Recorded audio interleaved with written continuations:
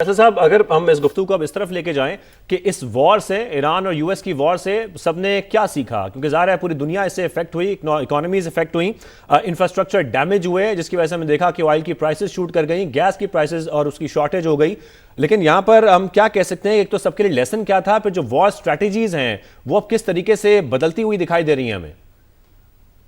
دیکھیے کچھ اچھے اس کے لیسنز ہیں، مطلب جن کو دنیا آگے شاید اپنائے گی، اور کچھ ایسے لیسنز ہیں جن کو ہمیں نہیں دہرانا چاہیے. فار ایگزامپل انٹرنیشنل سسٹم کہیں نظر نہیں آیا، انٹرنیشنل لا کہیں نظر نہیں آیا، کوئلیشنز کہیں نظر نہیں آئے، مائٹ از رائٹ آپ کو ہر جگہ نظر آیا ہے.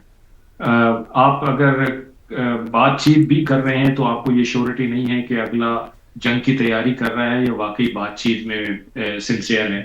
تو یہ کچھ ایسے لیسنز ہیں جو دنیا کو نہیں دوبارہ دہرانے چاہیے. لیکن ہاں، اگر آپ وار اسٹریٹجی کی بات کریں تو آپ دیکھیے کہ جغرافی نے ٹیکنالوجی کو مات دی ہے. یہاں پہ آپ ایران کی مین لینڈ جغرافی دیکھیے، بہت واسٹ ہے. تو ملٹری تو لینڈ انویژن امریکہ نہیں کر سکا، باوجود اس کے کہ اس نے وہاں پہ ٹروپس بھی جمع کیے، اسپیشل فورسز بھی جمع کی.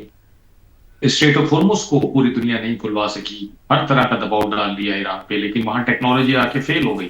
اسٹیٹ آف دی آرٹ جہاز ہیں امریکہ کے پاس، ہوائی جہاز بھی اور بحری جہاز بھی، سب مریض بھی ہیں، سب کچھ ہیں، بٹ اسٹریٹ آف ہارمز میں وہ داخل نہیں ہو سکتے ہیں. اور کیونکہ ان کے جہاز داخل نہیں ہو سکتے ہیں تو ان کے لیے یہ بھی مشکل تھا کہ اگر وہ آئیلینڈز پہ قبضہ کرتے ہیں ایران کے تو وہاں پہ ان کو ایئر ڈیفنس کور نہیں مل سکتا. تو بہت سارے ایسی چیزیں ہیں جس میں میں سمجھتا ہوں کہ دنیا کے لیے لیسنز ہیں.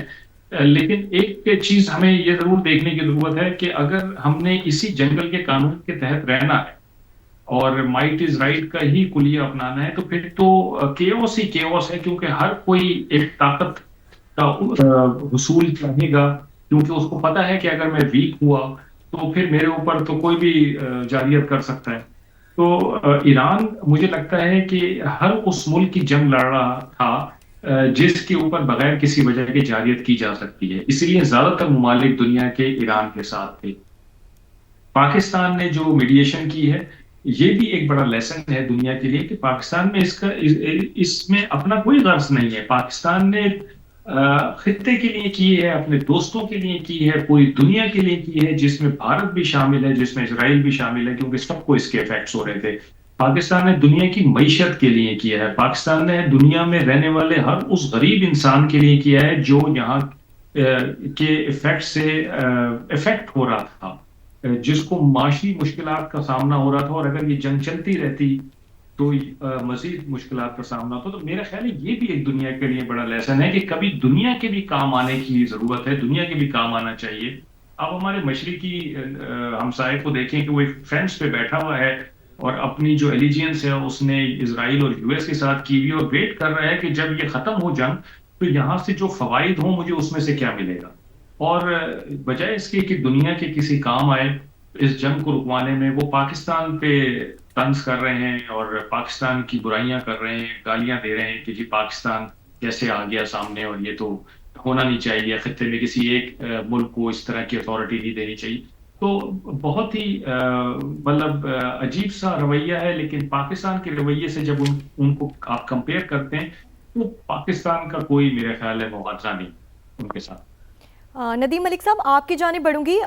کہیے گا کہ پہلے امریکہ کی جانب سے کہا گیا کہ یورینیم انریچمنٹ کو ڈیگریڈ کیا جائے، پھر اسٹریٹ آف ہارمز آ گیا، ایران کی 10 تجاویز میں اسٹریٹ آف ہارمز کی ترسیل ہے. ایران بھی اس پر کنٹرول مانگ رہا ہے اور امریکہ بھی کنٹرول مانگ رہا ہے. تو کیا اس سے سمجھ آتا ہے کہ ایران اٹانومی مانگ رہا ہے؟ دیکھیے کہ اسٹریٹ آف ہارمز کا تو جو انٹرنیشنل واٹر ویز کے لاز ہیں اسی کے تحت ہی کام چلے گا. ایران کا تو مطالبہ بھی یہ ہے کہ جو عمان اور ایران، کیونکہ یہ وہ دعویٰ ان کا یہ ہے کہ ان کے جو حدود ہیں اس کے اندر ہی آتی ہے اسٹریٹ آف ہارمز، تو اس کا کنٹرول مکمل طور پر انہیں رہنا چاہیے. لیکن عام طور پر جو انٹرنیشنل واٹر ویز ہیں وہاں پر آپ کوئی ٹال وغیرہ انٹروڈیوس نہیں کرواتے. جو ابھی ریسنٹلی ایران کر رہا ہے کہ وہ جن شپس کو جانے کی اجازت دے رہے ہیں تو اس کے متعلق اطلاع یہ ہے کہ ان سے ایک خاص اماؤنٹ ہے جو آئی آر جی سی کے لوگ جو ہے وہ ان سے وصول کر رہے ہیں، باقی کو انہوں نے مائن کر دیا. اور اس کی کوئی ہے لوکیشن اس طریقے سے کہ تمام تر دھمکیوں کے باوجود امریکی صدر اپنے 3 بحری بیڑے بھی لے کر آئے، لیکن بحری بیڑا اندر لے جانے کی ہمت نہیں کی. یا تو لے کے جاتے نا، پتہ چلتا ان کو اسی طریقے سے وہ خاگ آئی لینڈ جہاں سے 90% آئل پروڈیوس ہوتا ہے ایران کا اور زیادہ حصہ اس کا چائنا کو جاتا ہے، تو اس کے اوپر بھی انہوں نے بہت دھمکیاں دی کہ وہ وہاں پر قبضہ کر لیں گے اور یہ کر دیں گے وہ کر دیں گے، لیکن وہاں پر بھی فوجیں اتارنے کی ہمت نہیں کی. یہ ایک تجربہ ہوا تھا یوکرین کے اندر، آئی تھنک ان کی ایک ہے سنیک آئی لینڈ جس کے اوپر روس نے قبضہ کر لیا تھا. تو لیکن یہ 25-30 کلومیٹر اگر مربع کلومیٹر کا ایک علاقہ ہے اور اس کے اوپر دوسری طرف سے کوئی بندہ کھڑے ہو کر کوئی لانگ رینج گن کے ساتھ روزانہ فائر کرے گا تو آپ وہاں زندہ نہیں رہ سکتے، باڈی بیگ بھی کھانے پڑیں گے. تو روس کو بھی وہ علاقہ چھوڑنا پڑ رہا تھا، اور یہ امریکہ کو بھی پتا تھا کہ وہ اندر جا تو سکتے ہیں، بہت زیادہ کیجولٹیز ہے باڈی بیگس کے ساتھ، اس کے بغیر اندر بھی نہیں جا سکتے. تو اگر بہت سارا لاشیں اٹھا کے آپ اندر گھس جائیں اور اندر اپنے پاؤں بھی نہ جما سکیں تو پھر آپ کیا کریں گے؟ تو ایک بہت ہی مشکل صورتحال تھی. اب اس کا لانگ ٹرم سولوشن تو یہی ہوگا کہ وہ جو فری پیسج ہے وہ اس میں چائنا کا بھی انٹرسٹ ہوگا کہ فری پیسج ہو، وہ دنیا کے جو دیگر ممالک ہیں یورپ بھی چاہے گا کہ فری پیسج ہو. ہوپ فلی اس کے اوپر انڈرسٹینڈنگ ہو سکتی ہے، لیکن ایران نے اس کو پہلی دفعہ اسٹریٹ آف ہارمز کو استعمال کیا اور اب اس کو پتا ہے کہ اس کی اسٹریٹ آف ہارمز کی پاور کیا ہے، تو وہ اپنے کچھ مطالبات تو پورے کروائے گا. اگر اس کو کچھ چیزوں کے اوپر یہ امریکہ کنسیشن دے گا، پیچھے ہٹے گا، تو ایران بھی یقیناً باقی ایشوز سے اس کو کنسیشن دینے کی پوزیشن میں ہوگا. یہ گیو اینڈ ٹیک ہے، یہ تو نہیں ہو سکتا کہ ایک ڈکٹیٹ کرائے اور دوسرا یس سر کرے، دونوں کو کچھ کمپرومائز کرنے پڑیں گے. دونوں کمپرومائز کرنے پڑیں گے. اچھا ندیم صاحب، پیس مینٹین کرنے کے لیے 1945 میں جیسے کہ انٹرنیشنل ٹریٹی سائن کی گئی اور یونائٹڈ نیشنز ہم نے دیکھا کہ وہ بنا، اس کے بعد اب آج کے جو ہم حالات دیکھ رہے ہیں جس طریقے سے یہ جنگ ایسکلیٹ کر رہی تھی، اس میں آپ یو این کے کردار کو کیسے دیکھتے ہیں؟ یو این کے کردار کو جتنا ڈیمیج یہ ڈونلڈ ٹرمپ نے کیا شاید ہی کسی نے کیا ہو. پہلے تو ورلڈ وار کے بعد آپ نے یونائٹڈ نیشن بنائی اس لیے تھی کہ ایک ایسا فورم ہے جہاں پر بین الاقوامی تنازعات کو حل کیا جا سکے اور ایک نئی جنگ نہ شروع ہو جائے. لیکن ٹرمپ صاحب نے تو پہلے شاید ان کی 45 کے قریب ایسی آرگنائزیشن ہیں جس کی یو ایس فنڈنگ جو تھی وہ کمپلیٹلی یا تو ختم کر دی یا اس میں کمی کر دی. وہ کہتے تھے کہ یہ یوز لیس آرگنائزیشن ہے، اس کا کام کوئی نہیں ہے. غزہ کے لیے انہوں نے وہ بورڈ آف پیس بنا کر خود اس کے ہیڈ بن گئے تھے لائف ٹائم، تو ہمیشہ کے لیے ٹرمپ صاحب ہی اس کے صدر رہیں گے. یو این کو انہوں نے مکمل طور پر ختم کر دیا. اور اس ایران والی جنگ کے اندر یونائٹڈ نیشنز کی سینکشن تو تھی کوئی نہیں، یا تو یو این کے کسی فورم کے اوپر سیکورٹی کونسل کے اندر کوئی ڈسکشن ہوئی ہوتی. وہ کہتے کہ ایران نے یہ دنیا کا قانون توڑ دیا، اس نے ایٹمی دھماکہ کر دیا، اس کے پاس ہتھیار ہیں، اس نے کسی دنیا کے اوپر میزائل چلا دیے، کچھ ایسا گناہ ثابت تو کرتے سیکورٹی کونسل میں جا کے. تو یہ وہ جنگ ہے جو اسرائیل کے نیتن یاہو نے پلان کی اپنے عزائم کی تکمیل کے لیے، اور امریکی صدر اس کے پیچھے پیچھے بھاگے چلے آئے ہیں. تو یہ یو این سینکشن نہیں تھی. تو یو این کا کردار بہت وہ ڈیمیج کر چکے ہیں. اب اگر سیکورٹی کونسل بیٹھ کے کچھ ڈسکشن بھی کرتی ہے تو اس کا وہ نتیجہ یا وہ اثر نہیں پڑے گا، کیونکہ امریکی صدر نے اس کی جو ایک انٹرنیشنل سٹینڈنگ تھی اس کو بہت خراب اور ڈیمیج کر دیا. لیکن اس کے باوجود اگر کوئی معاہدہ ہوتا ہے آج بھی ایران اور امریکہ کے مابین تو وہ ان دو فریقین کو ہی ایگری کرنا ہے. لیکن اگر اس کے اوپر یو این سیکورٹی کونسل کے جو اراکین ہیں وہ بیٹھ کر مہر لگا دیتے ہیں تو وہ جو گارنٹیز والا ایشو آتا ہے کہ گارنٹیز کون دے گا، تو وہاں سے وہ گارنٹیز آ سکتی ہیں کہ یو این سیکورٹی کونسل اس پورے منصوبے کی منظوری دے کر اس کی بین الاقوامی حیثیت بنا دے اس کی، جس میں آپ کا ایران کا نیوکلیئر بھی آ سکتا ہے، اس میں ایران کے اوپر امریکہ دوبارہ جنگ مسلط نہیں کرے گا وہ بھی آ سکتا ہے، اس میں انٹرنیشنل واٹر ویز میں جو اسٹیٹ آف ہارمز کی پوزیشن ہے یا وہاں پر کون سے لاز اپلیکیبل ہوں گے وہ بھی آ جائیں گے.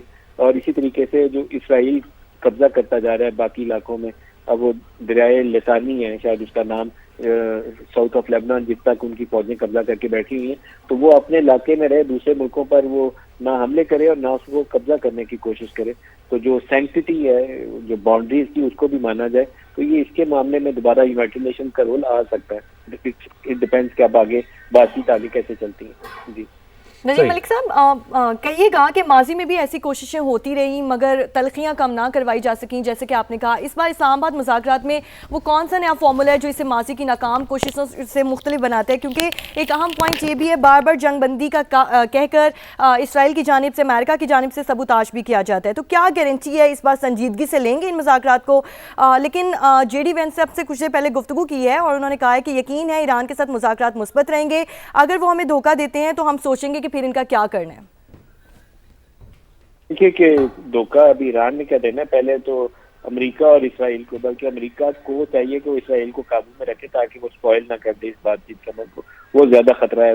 جس دن سے یہ پروسیس شروع ہوا ہے اس دن سے مجھے ڈر یہی ہے کہ اسرائیل کو ایسی سازشی کارروائی نہ کرے کہ اس پورے پروسیس کو وہ اسپوائل کر دے. یہ اس سے بعید نہیں ہے، کیونکہ لبنان کے اندر جو اس نے کارروائی کی جس میں